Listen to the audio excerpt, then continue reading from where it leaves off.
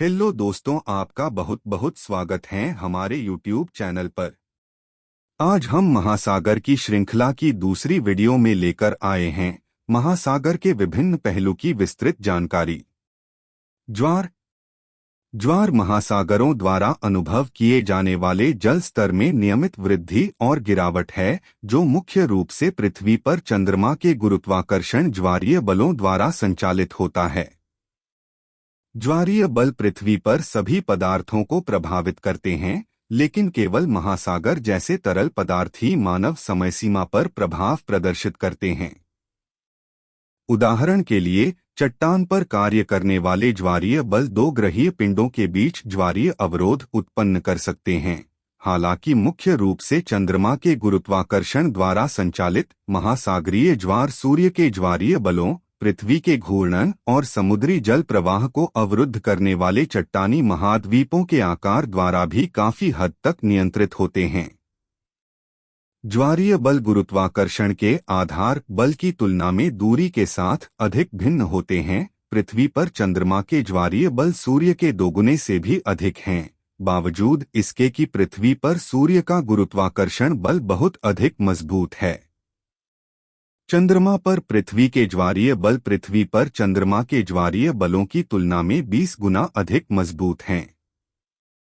चंद्र ज्वारीय बलों का प्राथमिक प्रभाव पृथ्वी के पदार्थ को चंद्रमा के सापेक्ष पृथ्वी के निकट और दूर की ओर उभारना है। लंबवत पक्ष, जहां से चंद्रमा स्थानीय क्षितिज के अनुरूप दिखाई देता है, ज्वारीय गर्त का अनुभव करते हैं। चूंकि पृथ्वी को चंद्रमा के नीचे घूमने में लगभग 25 घंटे लगते हैं, पृथ्वी के चारों ओर चंद्रमा की 28 दिवसीय कक्षा के लिए लेखांकन इस प्रकार ज्वार 12.5 घंटे के दौरान चक्रित होता है। हालांकि चट्टानी महाद्वीप ज्वारीय उभारों के लिए बाधा उत्पन्न करते हैं, इसलिए पृथ्वी पर अधिकांश स्थानों पर ज्वारीय अधिकतम का समय वास्तव में चंद्रमा के साथ संरेखित नहीं हो सकता है, क्योंकि महासागरों को महाद्वीपों को चकमा देने के लिए मजबूर होना पड़ता है। महाद्वीपों के परिणामस्वरूप पृथ्वी भर में ज्वार का समय और परिमाण व्यापक रूप से भिन्न होता है। इस प्रकार चंद्रमा की स्थिति जानने से स्थानीय व्यक्ति ज्वार के समय की भविष्यवाणी नहीं कर सकता है। इसके बजाय उसे पूर्वगणना की गई ज्वार तालिकाओं की आवश्यकता होती है, जिसमें महाद्वीपों और सूर्य के अलावा अन्य को शामिल किया जाता है। प्रत्येक ज्वारीय चक्र के दौरान किसी भी स्थान पर ज्वारीय जल अधिकतम ऊंचाई उच्च ज्वार तक बढ़ जाता है, फिर न्यूनतम स्तर निम्न ज्वार तक कम हो जाता है। जैसे जैसे पानी पीछे हटता है, यह धीरे धीरे तट को प्रकट करता है, जिसे अंतर्ज्वारीय क्षेत्र के रूप में भी जाना जाता है। उच्च ज्वार और निम्न ज्वार के बीच ऊंचाई में अंतर को ज्वारीय सीमा या ज्वारीय आयाम के रूप में जाना जाता है। जब सूर्य और चंद्रमा संरेखित होते हैं, पूर्णिमा या अमावस्या, तो संयुक्त प्रभाव के परिणामस्वरूप उच्च वसंत ज्वार होता है, जबकि सूर्य और चंद्रमा के गलत संरेखित होने, अर्धचंद्र के परिणामस्वरूप कम ज्वारीय सीमाएं होती हैं। खुले समुद्र में ज्वारीय सीमाएं 1 मीटर से कम होती हैं, लेकिन तटीय क्षेत्रों में ये ज्वारीय सीमाएं कुछ क्षेत्रों में 10 मीटर से अधिक तक बढ़ जाती हैं।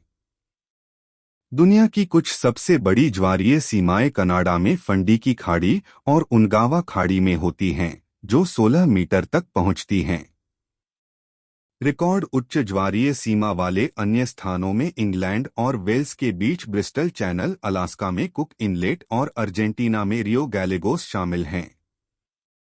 ज्वार को तूफानी उछाल के साथ भ्रमित नहीं किया जाना चाहिए, जो तब हो सकता है जब तेज हवाएं उथले क्षेत्र में तट के खिलाफ पानी जमा करती हैं और यह कम दबाव प्रणाली के साथ मिलकर समुद्र की सतह को सामान्य उच्च ज्वार से नाटकीय रूप से ऊपर उठा सकती है।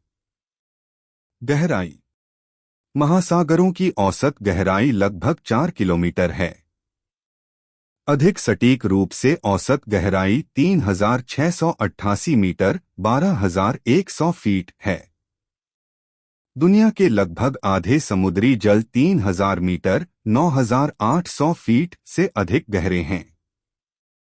गहरा महासागर, जो 200 मीटर 660 फीट से कम है, पृथ्वी की सतह के लगभग 66% हिस्से को कवर करता है।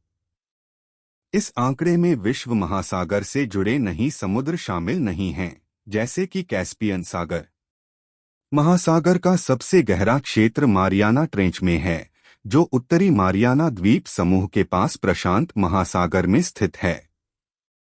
अधिकतम गहराई 10,971 मीटर 35,994 फीट होने का अनुमान लगाया गया है। ब्रिटिश नौसैनिक पोत चैलेंजर 2 ने 1951 में खाई का सर्वेक्षण किया और खाई के सबसे गहरे हिस्से को चैलेंजर डीप नाम दिया। 1960 में ट्राइस्टे 2 व्यक्तियों के दल के साथ सफलतापूर्वक खाई की तलहटी तक पहुंच गया। महासागरीय क्षेत्र गहराई और जैव भौतिक स्थितियों के आधार पर प्रमुख महासागरीय क्षेत्र। समुद्र विज्ञानी भौतिक और जैविक स्थितियों के आधार पर महासागर को ऊर्ध्वाधर और क्षैतिज क्षेत्रों में वर्गीकृत करते हैं। पेलाजिक क्षेत्र में खुले महासागर का जल स्तंभ शामिल है और इसे प्रकाश की प्रचुरता और गहराई के आधार पर वर्गीकृत किए गए अन्य क्षेत्रों में विभाजित किया जा सकता है। प्रकाश प्रवेश द्वारा समूहीकृत महासागर क्षेत्रों को प्रकाश प्रवेश द्वारा ऊपर से नीचे तक समूहीकृत किया जा सकता है। फोटिक क्षेत्र, मेसोपेलाजिक क्षेत्र और एफोटिक गहरे महासागर क्षेत्र। फोटिक क्षेत्र को वह गहराई जिस पर प्रकाश की तीव्रता सतह के मान का केवल 1% है के रूप में परिभाषित किया गया है।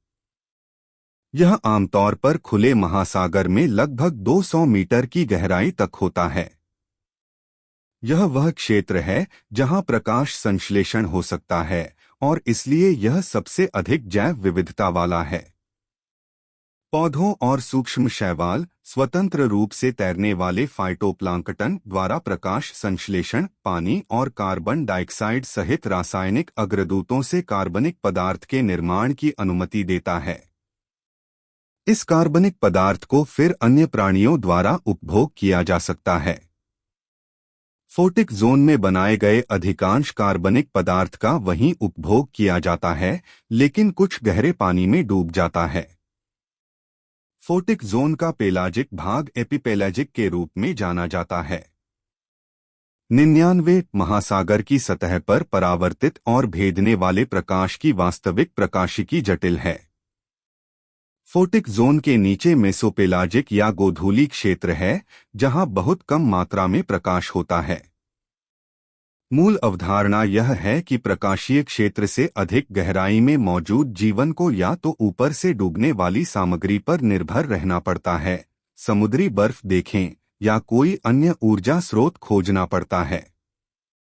हाइड्रोथर्मल वेंट ऊर्जा का एक स्रोत है जिसे एफोटिक जोन 200 मीटर से अधिक गहराई के रूप में जाना जाता है। गहराई और तापमान के आधार पर समूहीकृत एफोटिक जोन के पेलाजिक भाग को गहराई और तापमान के अनुसार ऊर्ध्वाधर क्षेत्रों में विभाजित किया जा सकता है। मेसोपेलाजिक सबसे ऊपरी क्षेत्र है।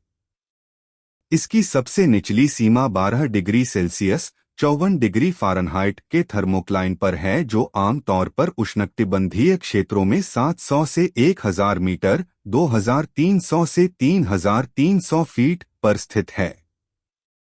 अगला बाथिपेल्जिक है, जो 10 और 4 डिग्री सेल्सियस 50 और 39 डिग्री फ़ारेनहाइट के बीच स्थित है, आमतौर पर 700 से 1000 मीटर 2300 से 3300 फीट और 2000 से 4000 मीटर 6600 से 13100 फीट के बीच। रसातल मैदान के शीर्ष पर स्थित एबिसोपेलाजिक है, जिसकी निचली सीमा लगभग 6000 मीटर 20000 फीट पर स्थित है। अंतिम और सबसे गहरा क्षेत्र हैडलपेलाजिक है, जिसमें महासागरीय खाई शामिल है, और यह 6000 से 11000 मीटर 20000 से 36000 फीट के बीच स्थित है। बेंथिक क्षेत्र अफोटिक हैं और गहरे समुद्र के 3 सबसे गहरे क्षेत्रों के अनुरूप हैं। रसातल क्षेत्र 4000 से 6000 मीटर के बीच रसातल मैदानों को कवर करता है। अंत में हडल क्षेत्र हडल पेलाजिक क्षेत्र से मेल खाता है, जो महासागरीय खाइयों में पाया जाता है। पानी के गुणों के आधार पर महासागर की सतह के पानी और गहरे पानी के बीच अलग अलग सीमाएं खींची जा सकती हैं। इन सीमाओं को थर्मोक्लाइन तापमान, हेलोक्लाइन लवणता, केमोक्लाइन रसायन विज्ञान और पाइकोक्लाइन घनत्व कहा जाता है। यदि कोई क्षेत्र गहराई के साथ तापमान में नाटकीय परिवर्तन से गुजरता है, तो इसमें एक थर्मोक्लाइन होता है, जो गर्म सतह के पानी और ठंडे गहरे पानी के बीच एक स्पष्ट सीमा होती है। उष्णकटिबंधीय क्षेत्रों में थर्मोक्लाइन आमतौर पर उच्च अक्षांशों की तुलना में गहरा होता है। ध्रुवीय जल के विपरीत, जहां सौर ऊर्जा इनपुट सीमित है, थर्मोक्लाइन के नीचे महासागर में हर जगह पानी बहुत ठंडा होता है, जो -1 से 3 डिग्री सेल्सियस तक होता है। क्योंकि इस गहरी और ठंडी परत में समुद्र का अधिकांश पानी होता है, विश्व महासागर का औसत तापमान 3.9 डिग्री सेल्सियस होता है। यदि किसी क्षेत्र में गहराई के साथ लवणता में नाटकीय परिवर्तन होते हैं, तो उसमें हेलोक्लाइन होता है। यदि किसी क्षेत्र में गहराई के साथ एक मजबूत ऊर्ध्वाधर रसायन विज्ञान ढाल होता है, तो उसमें केमोक्लाइन होता है। तापमान और लवणता महासागर के पानी के घनत्व को नियंत्रित करते हैं। ठंडा और नमकीन पानी सघन होता है, और यह घनत्व महासागर के भीतर वैश्विक जल परिसंचरण को विनियमित करने में महत्वपूर्ण भूमिका निभाता है। हेलोक्लाइन अक्सर थर्मोक्लाइन के साथ मेल खाता है, और संयोजन एक स्पष्ट पाइक्नोक्लाइन का उत्पादन करता है। नेरिटिक क्षेत्र महाद्वीपीय शेल्फ के ठीक ऊपर के पानी को कवर करता है, जिसमें तटीय जल भी शामिल है। दूसरी ओर महासागरीय क्षेत्र में महाद्वीपीय शेल्फ के सभी पूर्ण रूप से शामिल हैं। क्षेत्र के अनुसार तापमान और लवणता। समुद्री जल का तापमान और लवणता विभिन्न क्षेत्रों में काफी भिन्न होती है। यह स्थानीय जल संतुलन, वर्षा बनाम वाष्पीकरण और समुद्र से हवा तापमान ढाल में अंतर के कारण होता है। ये विशेषताएं एक महासागर क्षेत्र से दूसरे महासागर क्षेत्र में व्यापक रूप से भिन्न हो सकती हैं। नीचे दी गई तालिका आम तौर पर मिलने वाले मानों के प्रकार का चित्रण प्रदान करती है। क्षेत्र के अनुसार महासागर सतही जल की सामान्य विशेषताएं। Characteristic polar regions, temperate regions, tropical regions, precipitation versus evaporation, precip evap precip evap evap precip, sea surface temperature in winter 2 से 5 to 20 degree Celsius 20 to 25 degree Celsius, average salinity 28 to 32 35 35 to 37, annual variation of AIR temperature 40 degree Celsius 10 degree Celsius 5 degree Celsius, annual variation of water temperature 5 degree Celsius 10 degree Celsius 5 degree Celsius, समुद्री बर्फ 35 degree की सामान्य लवणता वाले समुद्री जल का हिमांक लगभग -1.8 डिग्री सेल्सियस 28.8 डिग्री फ़ारेनहाइट होता है। क्योंकि समुद्री बर्फ पानी की तुलना में कम घनी होती है, यह समुद्र की सतह पर तैरती है, जैसे कि ताजे पानी की बर्फ, जिसका घनत्व और भी कम होता है। समुद्री बर्फ पृथ्वी की सतह के लगभग 7% और दुनिया के महासागरों के लगभग 12% हिस्से को कवर करती है। समुद्री बर्फ आमतौर पर सतह पर जमना शुरू होती है, शुरू में एक बहुत पतली बर्फ की फिल्म के रूप में। जैसे जैसे और अधिक जमना होता है, यह बर्फ की फिल्म मोटी होती जाती है और बर्फ की चादरें बन सकती हैं। बनने वाली बर्फ में कुछ समुद्री नमक शामिल होता है, लेकिन समुद्री जल की तुलना में बहुत कम। चूंकि बर्फ कम लवणता के साथ बनती है, इसलिए इसका परिणाम नमकीन अवशिष्ट समुद्री जल होता है। यह बदले में घनत्व बढ़ाता है और पानी के ऊर्ध्वाधर डूबने को बढ़ावा देता है। महासागरीय धाराएं और वैश्विक जलवायु। महासागरीय सतही धाराएं। रंगीन निर्देशित रेखाओं वाला विश्व मानचित्र जो दर्शाता है कि महासागरों में पानी कैसे बहता है। ठंडा गहरा पानी मध्य प्रशांत और हिंद महासागर में ऊपर उठता है और गर्म होता है, जबकि गर्म पानी उत्तरी अटलांटिक में ग्रीनलैंड के पास और दक्षिण अटलांटिक में अंटार्कटिका के पास डूबता है और ठंडा होता है। वैश्विक थर्मोहेलिन परिसंचरण का एक मानचित्र नीला गहरे पानी की धाराओं को दर्शाता है, जबकि लाल सतही धाराओं को दर्शाता है। महासागरीय धाराओं के प्रकार। महासागरीय धारा समुद्री जल का एक निरंतर निर्देशित प्रवाह है जो पानी पर कार्य करने वाले कई बलों के कारण होता है। इनमें हवा, कोरियोलिस प्रभाव, तापमान और लवणता अंतर शामिल हैं। महासागरीय धाराएं मुख्य रूप से क्षैतिज जलगतियां हैं जिनकी अलग अलग उत्पत्ति होती है, जैसे ज्वारीय धाराओं के लिए ज्वार या सतही धाराओं के लिए हवा और लहरें। ज्वारीय धाराएं ज्वार के साथ चरण में होती हैं, इसलिए अर्धावधिक होती हैं। समुद्र के पानी पर चंद्रमा और सूर्य के खिंचाव के प्रभाव से जुड़ा हुआ है। ज्वारीय धाराएं कुछ स्थानों पर विभिन्न जटिल पैटर्न बना सकती हैं, विशेष रूप से हेडलैंड के आसपास। गैरावधिक या गैरज्वारीय धाराएं हवाओं की क्रिया और पानी के घनत्व में परिवर्तन से बनती हैं।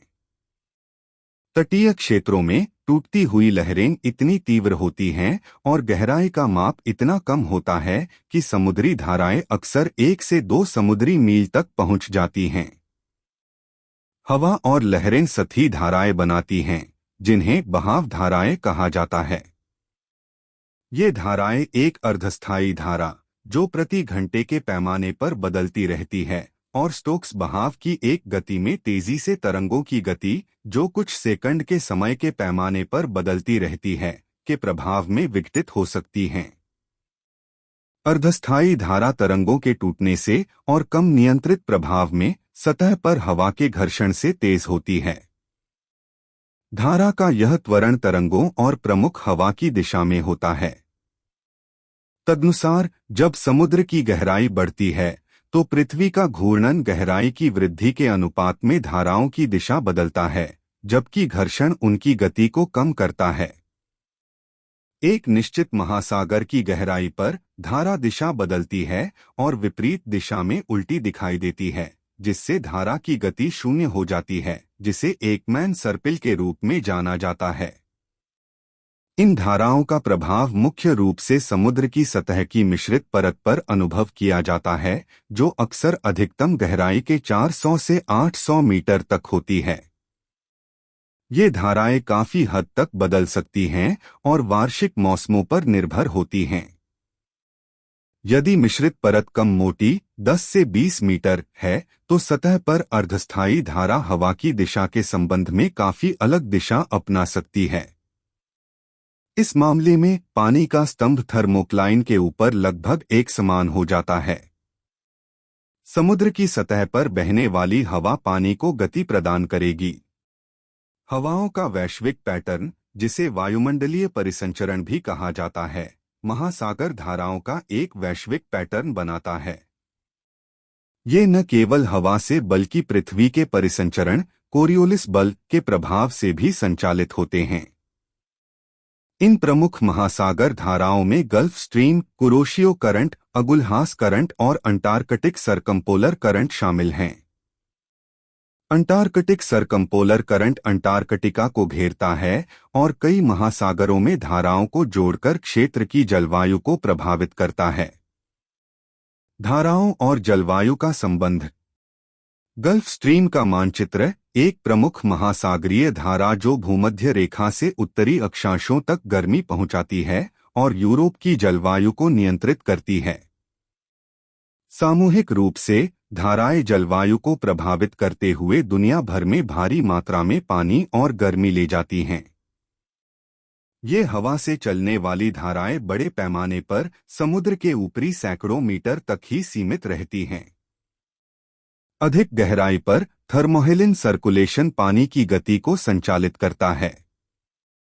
उदाहरण के लिए Atlantic meridian overturning circulation AMOC उत्तर और दक्षिण में ध्रुवीय अक्षांशों में सतही जल के ठंडा होने से संचालित होता है, जिससे घना पानी बनता है जो समुद्र के तल में डूब जाता है। यह ठंडा और घना पानी ध्रुवों से धीरे धीरे दूर चला जाता है। यही वजह है कि विश्व महासागर की सबसे गहरी परतों में पानी इतना ठंडा होता है। यह गहरे समुद्र का पानी का संचलन अपेक्षाकृत धीमा है और समुद्र के तल पर पानी सैकड़ों या कुछ हजार सालों तक समुद्र की सतह और वायुमंडल से अलग रह सकता है। इस परिसंचरण का वैश्विक जलवायु प्रणाली पर और कार्बन डाइऑक्साइड जैसे प्रदूषकों और गैसों के अवशोषण और पुनर्वितरण पर महत्वपूर्ण प्रभाव पड़ता है। उदाहरण के लिए सतह से गहरे समुद्र में प्रदूषकों को ले जाकर महासागरीय धाराएं उष्णकटिबंधों से ध्रुवीय क्षेत्रों में ऊष्मा स्थानांतरित करके पृथ्वी की जलवायु को बहुत प्रभावित करती हैं। यह तटीय क्षेत्रों और आगे अंतर्देशीय क्षेत्रों में हवा के तापमान और वर्षा को प्रभावित करता है। सतह की गर्मी और मीठे पानी के प्रवाह वैश्विक घनत्व प्रवणता बनाते हैं, जो थर्मोहेलिन परिसंचरण को संचालित करते हैं, जो बड़े पैमाने पर महासागर परिसंचरण का एक हिस्सा है। यह ध्रुवीय क्षेत्रों को गर्मी की आपूर्ति करने और इस प्रकार समुद्री बर्फ विनियमन में महत्वपूर्ण भूमिका निभाता है। महासागर उन स्थानों की जलवायु को मध्यम करते हैं जहां प्रचलित हवाएं महासागर से आती हैं। समान अक्षांशों पर पृथ्वी पर समुद्र से अधिक प्रभाव वाले स्थान की जलवायु भूमि से अधिक प्रभाव वाले स्थान की तुलना में अधिक मध्यम होगी। उदाहरण के लिए सैन फ्रांसिस्को 37.8 एन और न्यूयॉर्क 40.7 एन शहरों की जलवायु अलग अलग है क्योंकि सैन फ्रांसिस्को पर महासागर का अधिक प्रभाव है। उत्तरी अमेरिका के पश्चिमी तट पर स्थित सैन फ्रांसिस्को को प्रशांत महासागर के ऊपर पश्चिम से हवाएं मिलती हैं। उत्तरी अमेरिका के पूर्वी तट पर स्थित न्यूयॉर्क को जमीन के ऊपर पश्चिम से हवाएं मिलती हैं। इसलिए न्यूयॉर्क में सैन फ्रांसिस्को की तुलना में सर्दियां ज्यादा ठंडी और गर्मियां पहले आती हैं। गर्म समुद्री धाराएं लंबे समय में यहां तक कि उच्च अक्षांशों पर भी गर्म जलवायु प्रदान करती हैं। समान अक्षांशों पर गर्म समुद्री धाराओं से प्रभावित स्थान पर ठंडी समुद्री धाराओं से प्रभावित स्थान की तुलना में कुल मिलाकर गर्म जलवायु होगी। थर्मोहेलिन परिसंचरण में परिवर्तन से पृथ्वी के ऊर्जा बजट पर महत्वपूर्ण प्रभाव पड़ने की संभावना है। चूंकि थर्मोहेलिन परिसंचरण यह निर्धारित करता है कि गहरे पानी की सतह पर कितनी दर से पहुंचती है, इसलिए यह वायुमंडलीय कार्बन डाइऑक्साइड सांद्रता को भी महत्वपूर्ण रूप से प्रभावित कर सकता है। आधुनिक अवलोकन, जलवायु सिमुलेशन और पैलियोक्लाइमेट पुनर्निर्माण से पता चलता है कि Atlantic meridian overturning circulation AMOC पूर्वौद्योगिक युग से कमजोर हो गया है। 2021 में जलवायु परिवर्तन के नवीनतम अनुमानों से पता चलता है कि 21वीं सदी में एमओसी के और कमजोर होने की संभावना है। इस तरह के कमजोर होने से वैश्विक जलवायु में बड़े बदलाव हो सकते हैं, जिसमें उत्तरी अटलांटिक विशेष रूप से कमजोर होगा।